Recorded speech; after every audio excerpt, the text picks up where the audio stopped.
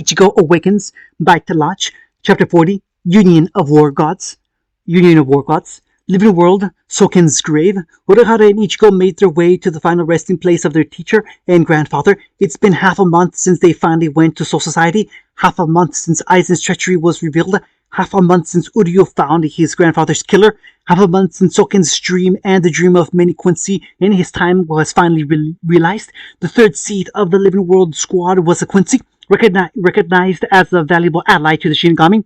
After centuries of bitterness and struggles between the two sides, the dream was finally realized. The dream that the last Elder Quincy would never get to see. He was gone, killed in full by Mayuri Kuretsuchi, drained by Yobak, and lost forever. This grave was nothing but a reminder of the man he was. A kind, loving grandfather and teacher to the two Quincy to change so much. Buried with him was his Quincy cross and shroud. "Hello, grandfather," Uryu said, kneeling down before the grave and giving a prayer. "Sorry it took us so long to get back here. Things took a while to settle down." Uryu slowly recounted the tales of the duo's ventures and accomplishments, some filled with laughter, others filled with tears. "I found the one responsible for your death," he said on a sober note. "I almost threw away everything I had simply to kill him, but I didn't give in to my hatred. You wouldn't have wanted to see that," he said, feeling tears well up in his eyes. Ichigo placed a comfortable hand on his cousin's shoulder. Uryu took a breath to steady himself and continue. "Now I'm a member of the court guard squads, serving in the living world. We finally realized the dream, grandfather," he said, letting the tears come out. "You should be here to see it." Ichigo wrapped a comforting arm around the crying Quincy, sharing the pain in missing their long-lost teacher and grandfather. Dawn became noon as the two paid their respect to the fallen elder. "Come on, Uryu," Ichigo said, pulling him up. "We can't relax yet," he said grimly, not looking forward to the disaster coming ever closer. You're still not done with your project." Uryu joined him with a look of determination, as if heading into battle. "You're right," he said, steeling himself for the coming storm. "I still have to apply the finishing touches to Captain Unahana's wedding kimono." He tensed his arms in preparation. "Which wouldn't be a problem if you didn't literally start from scratch," Ichigo said, opening up a garganta for the two. "How did you even make that much progress in just half a week?" he asked, only to hear Uryu's cocky chuckle. "How you asked," he said with a smirk. With careful use of Rosotengai and pure speed and skill," he yelled triumphantly while Ichigo stared at Uryu. "Mayuri gave you a drug, didn't he?" Ichigo said bluntly. "It was hard to say no," Uryu responded, not even changing his demeanor. "How could you not say no?" the hybrid asked as Uryu blushed. "Forget it. Just indulged in your hobby." It relaxes me, okay?" the Quincy defended as they made their way for Soul Society, already preparing for the special day of the first and last Kenpachi's union in equal parts cheer and dread. I do my own relaxing, but I've had no time to spend with Orihime or Tatsuki," Ichigo grumbled, "and Rangiku would only make it worse." Uryu was confused for a second before catching on. "And to think you were a prude," he said, prompting Ichigo to punch him really hard. Squad 11 barracks. Ichigo will be standing at the ready with a ring. We'll say our vows. Tessai will announce us as wed. Then we'll kiss to make it official," Unahana explained to her betrothed for the 100th time because he never paid attention. "And no, you are not to fight Ichigo at any point until at least a month after our marriage," she scolded as the Bishop finally tore his vision away from his bald lieutenant, helping to train his squad. "Yes, it's been a while, but we want society in one piece for our wedding. A wedding you proposed, Zaraki." "Yeah, I understand," he mumbled. "Not exactly happy, but I understand. Speaking of marriage, am I taking your name or the other way around?" She opened her mouth to answer when the barracks door suddenly slammed open. "Took you long enough. You ready?" he asked as all eyes turned to the only Kido user in the squad. "I apologize that I've kept you waiting, sir," Yumichika said smoothly as he made his way through the assembled members of his squad. He moved with a grace that was associated with him as he kept his pride in moving beautifully. "And Captain Unahana, glad to see you here as well." He got in front of the two most notable swordsmen in Soul Society as he knelt before them. "I'm ready to take my place as your third seat, Captain," he said with confidence. Kenpachi merely grunted. "I remember saying that you had to earn that that place, Yumichika, he said, standing up and towering above everyone in the room. Listen up. Third seat is officially up for grabs. Anyone wants it?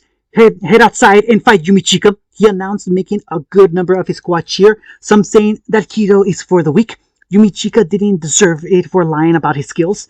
Those familiar with Yumichika's skills wisely sat out while Ikaku went out to watch his friend's real skills, followed by both Kenpachis.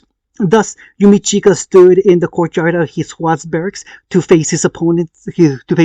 For third seat. I'm not sure about the captain's claim about you being one of his best, a nameless challenger boasted. It's the squad's creed that we're melee fighters. We face our opponents head on and strive to our physical limits. We ain't gonna acknowledge a Keto specialist until he earns it, right? The man shouted. Yumichika raised an eyebrow before pointing behind his challenger. The lone warrior saw the rest of his squad cheering for Yumichika to take back his spot. Kenpachi looked annoyed while Unohana merely found it amusing. I'm not sure whether to be pissed or not, Zaraki said as the lone nameless idiot in his squad slowly tried to back out of the ring. Begin! He shouted, prompting Yumichika to appear next to the poor schmuck and backhand punch him into a wall. Are you as disappointed as I am? He asked his wife to be. I found it rather touching, Unohana giggled. Your squad is much closer than when I led the 11th, she said before a thought occurred to her. That reminds me, I never taught these brutes manners now, did I? A dark, cold atmosphere covered the area as Yachiru showed her face. You think you're forgiven for the treatment for the treatment you gave my medics, the people you treat your lives to. I might add, with the exception of Kenpachi, Ikaku, and Yumichika, the entire squad faced the wrath of the first Kenpachi. Wow, Ikaku muttered as he watched the motherly captain break and mend bones in an instant. Beautifully frightening, Yumichika whimpered. Damn if that's hot, Kenpachi grinned, watching his predecessor work. His loyal second and third backed away slowly. In Squad 1's training grounds, Ichigo continued his training under Yamamoto's tutelage, waiting for the wedding and in preparation of the next conflict to come. He couldn't describe it beyond instinct, but he felt Aizen would be making his move soon. Yamamoto had Ichigo practicing sword swings, determined to bring him to his full potential, while filing out some final bits of paperwork, mainly allowing for the rest of the civilians in the Serite to finish evacuating because they all feared what was to come for the honeymoon between the Kenpachis. Currently, Ichigo had bracelet weights attached to his wrist, while his swings created noticeable air ripples on the ground. This was interrupted by the arrival of the youngest of the current captains, Captain Hitsugaya. Yamamoto greeted as the white-haired youth made his way to the commander and his student. Any visit is always welcomed, but what brings you here? He asked, recognizing the focused look in the youth's eyes. He was here for a fight. Hello, head captain. Toshiro bowed respectfully to the leader of society. I'm actually here to request a sparring match with Lieutenant Kurosaki. This caught the hybrid by surprise as he lost his grip on the practice blade he was using, which went flying off to wherever. Can I ask why? Ichigo questioned, taking the weights off and setting them carefully on the ground. This is kind of out of nowhere. The ice captain closed his eyes and reflected on his thoughts. When Aizen betrayed society, he signaled you out, Kurosaki. And Toshiro started remembering the bleak day when his world was torn. He considers you to be the biggest threat against him. I wish to test myself against that, he said, keeping that cold resolve in his eyes. Ichigo, on the other hand, was ambivalent. He heard good things from his father about Toshiro, mainly about being a calm and focused leader, and considering a child prodigy by most of his peers, with the strongest ice type Zanpakuto, but made it clear that he and Ichigo were in separate classes. Very well, I'll allow it, Yamamoto said, making the youths turn towards him. The more varied your opponents, the more experience you'll gain, and adept Ichigo and Hitsugaya could use the motivation. The two of you represent a new generation of Soul Society, and it would be good for you two to fight. Ichigo nodded to his teacher, while Toshiro bowed in respect. Thank you, sir. He turned back to Ichigo. I look forward to this, he said as the two went to opposite ends of the training grounds. Toshiro unsheathed his blade, a katana longer than he was tall, with a 4-pointed star, while Ichigo just stood stood there. Genryusai started the match, surprising Toshiro because he thought the hybrid wasn't ready. That moment of hesitation was short as he charged at Ichigo with the intent to slash him from overhead. An attack that was stopped cold when Ichigo caught the blade with his bare hand. His hero protected his body from the injury. What the? He thought as Ichigo lifted him into the air and punched him in the gut, sending him flying back to the opposite side of with a crash. This was what separated the two youths. Toshiro was considered a prodigy, but has halted much of his training due to the managerial requirement of being a captain with near endless paperwork. Ichigo was training to fight, one of the few things to rival the head captain. Toshiro was considered gifted and let himself slow down. Ichigo refused to stop at gifted. If you wanted to spar with me, then go at it seriously, Ichigo said as he flash stepped in front of the ice wielder, trying to slam his fist down again. Kitsugaya dodged to the side and tried to swipe at Ichigo's side, only for him to pull himself to the side with the hand he embedded into the ground. He threw his foot out at Toshiro, who jumped back and called out his Sanpakuto. Right over the frozen heavens, Horimaru! He yelled out, creating a length of chain from his hilt, ending with a crimson-shaped blade, and bringing out a Chinese dragon made of ice. He sent down a number of interchanging ice dragons.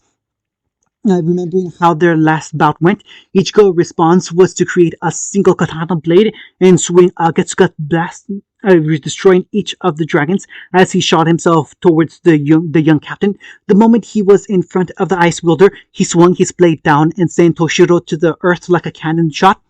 Bankai! Dogirien Hyorin Maru! He yelled out, letting the ice cloak his form and granting him wings and a tail, while ice covered his limbs in icy claws. 3 sets of 4 purple ice petals floating behind him. That's escalated, Ichigo said as Toshiro's Reitsu strengthened. Sangetsu!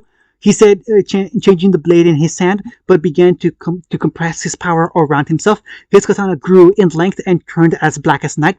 Closest thing I have to a Bankai myself. He flashed in front of Toshiro again and slammed their blades against each other. With the young captain visibly struggling, they continued the exchange of blades, sparks and bits of ice flying as their blades collided in a flash of movement. Nothing escaped Genryu's gaze as he carefully watched the two fight. Ichigo's continuing growth is impressive, he thought as his student destroyed another ice dragon. The shield on his body continues to weaken him until he can fully master his Reitsu, which can only happen when he finds his peak. He's almost half my prime by now. His focus shifted to Hitsugaya as his petals faded. And you, Captain Hitsugaya, hopefully this makes you aware you cannot rely on your Bankai to win every fight. You must return to the basics, improve your Kido and swordsmanship.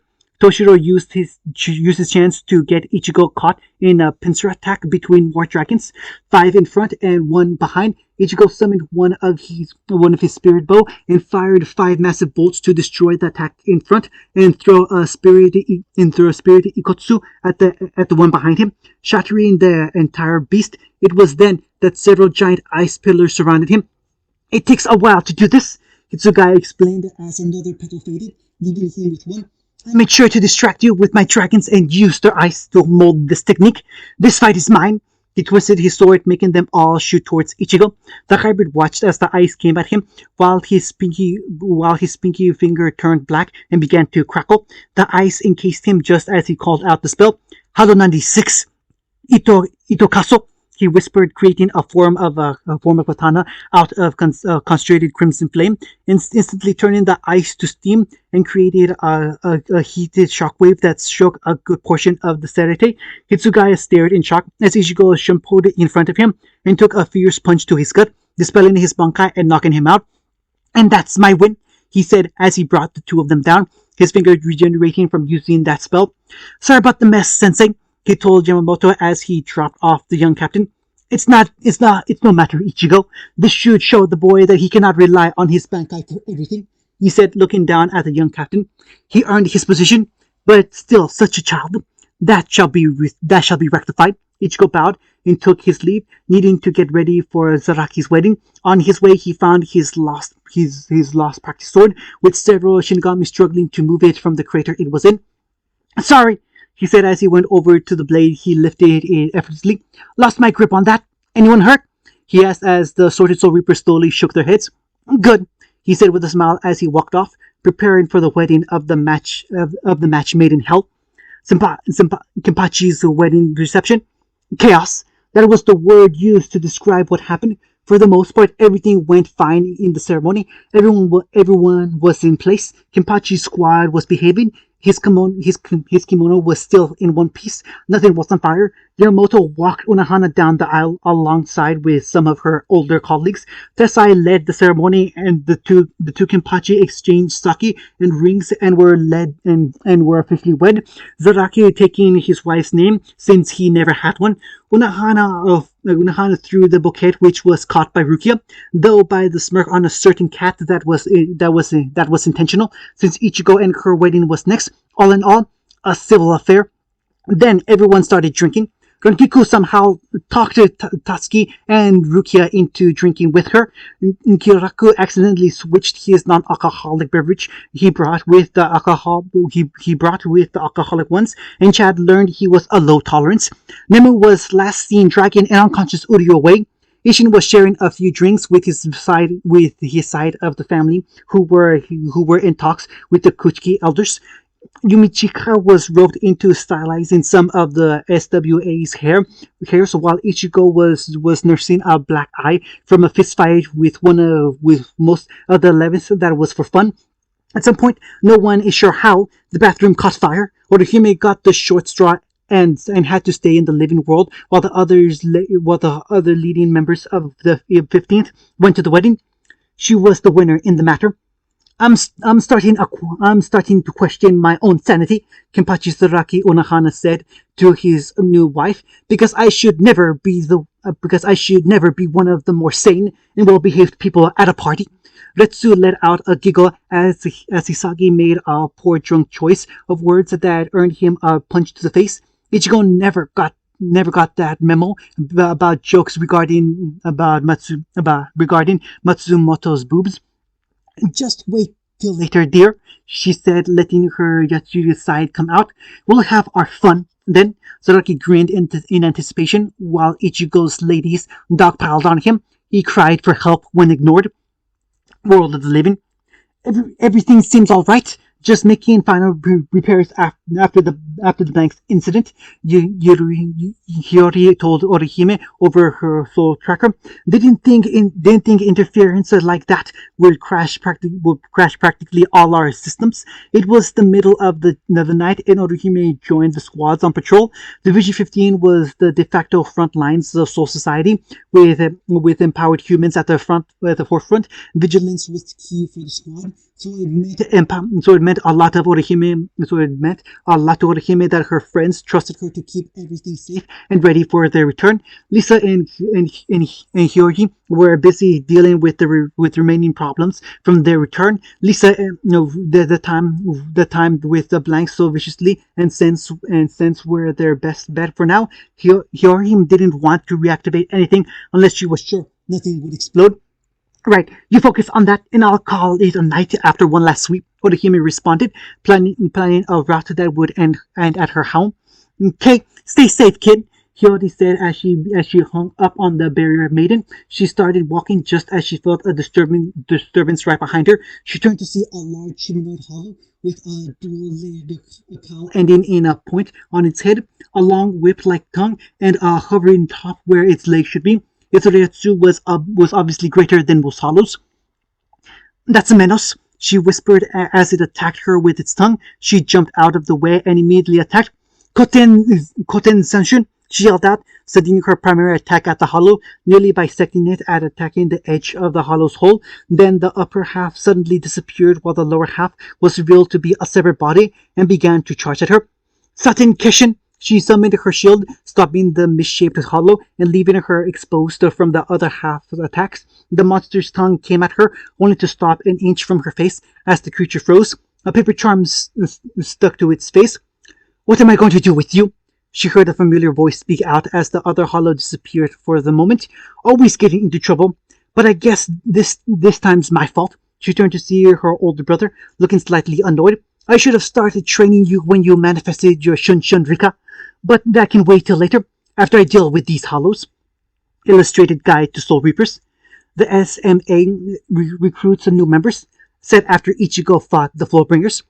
The Shinigami's Men's Association, where the manliest men gathered together to indulge in the manly lifestyle, seeking the perfect path of macho, a search that could be going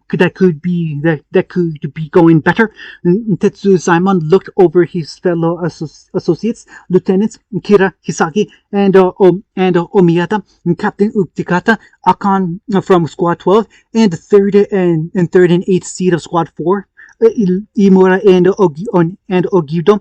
Usually their group was always at odds with the Women's Association, but today was the mark of a brand new era for them. They were getting 3 new members from the hot new Squad 15. My fellow men, Iba spoke out loud and proud in the open jacket, sunglasses attire of the SMA. Today, we greet new brothers to the Men's Association, introducing Captain Ishin, Lieutenant Ichigo, and third seat Uryu. He called out as the rugged Kurosaki patriarch came in, dragging the unconscious bodies of Ichigo and Uryu. Nice to make your acquaintances, Ishin said, flashing a confident smile. What's wrong with those two? Ukitaka asked, almost worried. I had to get them really drunk before they would actually join. Ishin answered just as the two began to stir. I said this would be good for them, but they were stubborn. Uryu, Ichigo growled, his hollow healing fighting hard to fix the worst of his hangover. I already know where to hide his body, Uryu responded. End of chapter 40.